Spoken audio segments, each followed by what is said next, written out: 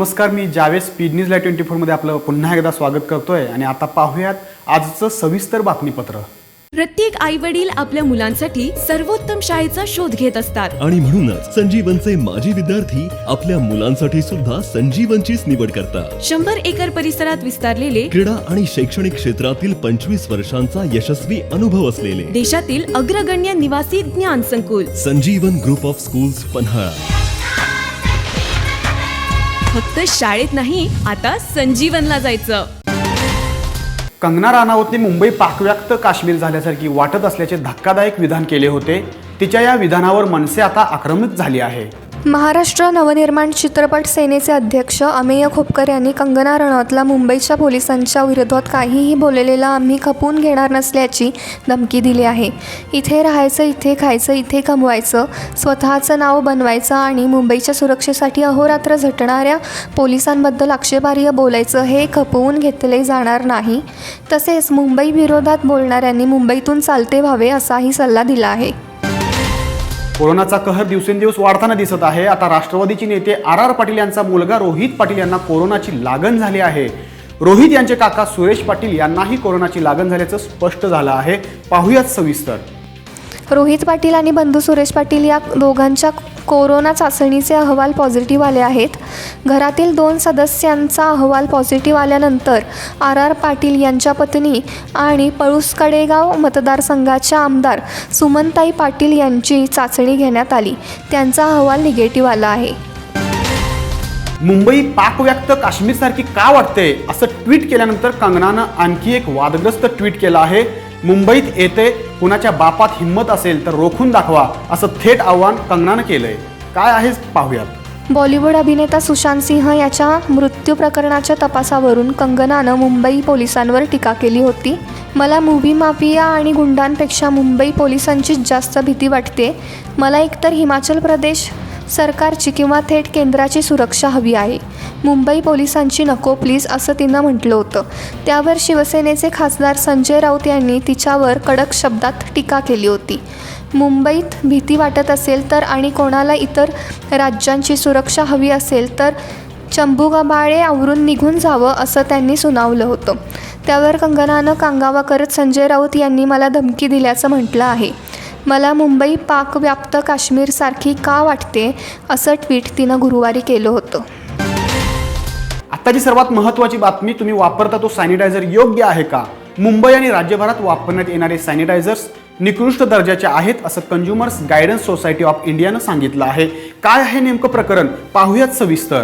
काही लोक निव्वळ नफा कमावण्यासाठी बाजारात घुसले असून त्यांची उत्पादनं दर्जेदार नसल्याचं सोसायटीला आढळलं आहे।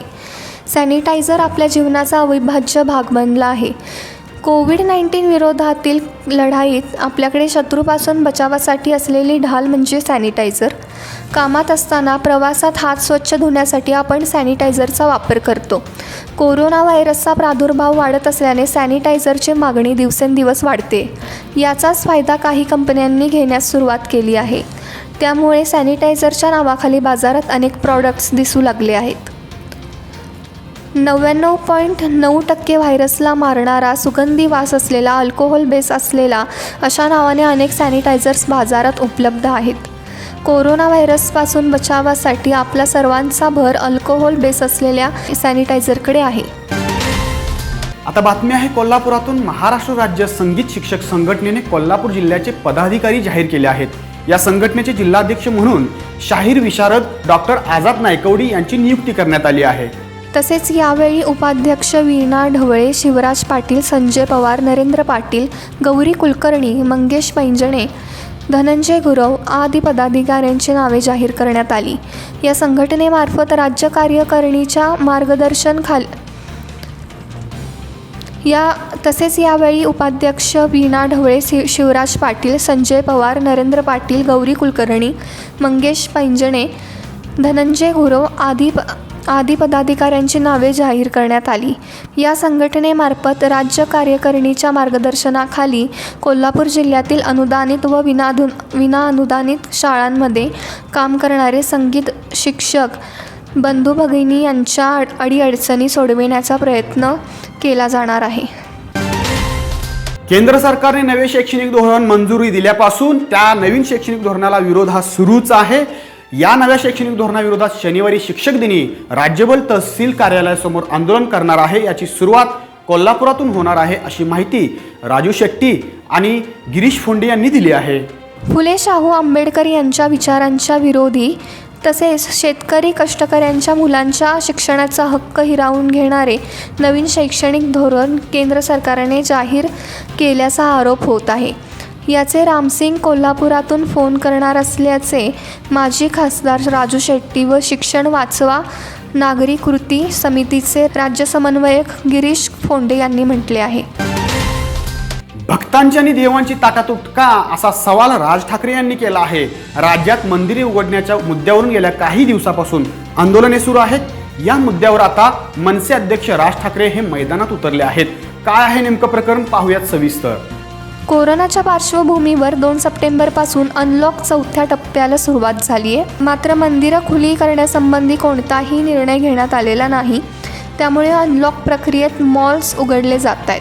सार्वजनिक कार्यक्रमातील लोकांची उपस्थिती 100 करण्याची परवानगी दिली जाते आणि या सगळ्यात भक्तांची आणि देवांची ताटातूट सुरूच आहे. असं का? या सरकारला मंदिरं उघडण्याच्या बाबतीत इतका आकस का आहे असा सवाल उपस्थित करत मनसे अध्यक्ष राज ठाकरे यांनी आपला संताप व्यक्त केला आहे. राज ठाकरे यांनी मुख्यमंत्री उद्धव ठाकरे यांना पत्र लिहून यासंबंधी विचारणा केली आहे. आता बातमी आहे क्रीडा क्षेत्रातली. चेन्नई सुपर किंग्स संघातील अनुभवी ऑफ स्पिनर हरभजन सिंगनेही IPL 2020 मधून माघार घेण्याचा निर्णय घेतला आहे. पाहूयात सविस्तर. आधी डझनभर स्टाफ कोविड पॉझिटिव्ह आणि नंतर स्टार फलंदाज सुरेश रैना याने IPL 2020 मधून माघार घेतल्यानंतर चेन्नई सुपर किंग्सला आणखी एक धक्का बसला आहे. चेन्नई संघातील अनुभवी ऑफ स्पिनर हरभजन सिंगनेही बॅकआउट करण्याचा निर्णय घेतला आहे. इंडियन प्रीमियर लीग 2020 मधून वैयक्तिक कारणास्तव हरभजन सिंगने माघार घेतली आहे.